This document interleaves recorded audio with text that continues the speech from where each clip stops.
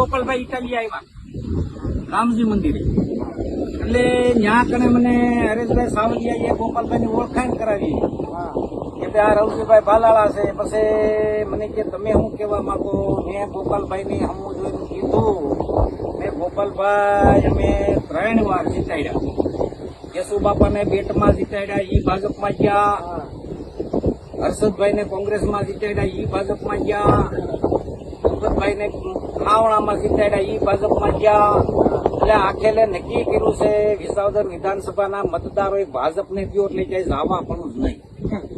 આયાતી અને આ કહેવાય એ આયાતી. આ તો ઠીક ગોપાલભાઈ ખાલી આવે છે થોડાક ટાઈમ પૂરતા. ભાઈ ગોપાલભાઈ જીતે એટલે વિહાદરમાં કોઈ નીકળાય નહીં. અને આ ગોપાલભાઈ આયુષ્ય તમે સમજો કે 2030 સુધી આમ આદમી પાર્ટીને કોંગ્રેસ તો ગઠબંધન ન કરે એટલે આમ આદમી પાર્ટીનું વિસર્જન થાય.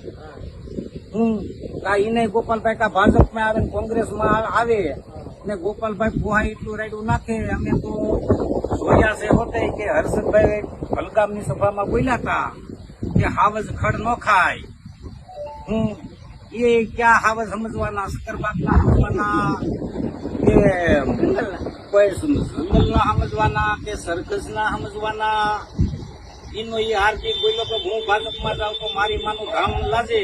તો આમાં ગોપાલભાઈ માટે વિશ્વાસ કરવો કઈ રીતે?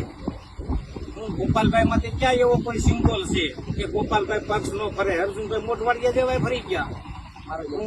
એટલે આખેલે ચોથી વાર કોઈ વિશ્વાસ કરે નથી. ભાજપ જેને ટિકિટ આપે એને લોકો મત ભાજપને દેવાના છે. ઉમેદવારનો કઈ છે નહીં.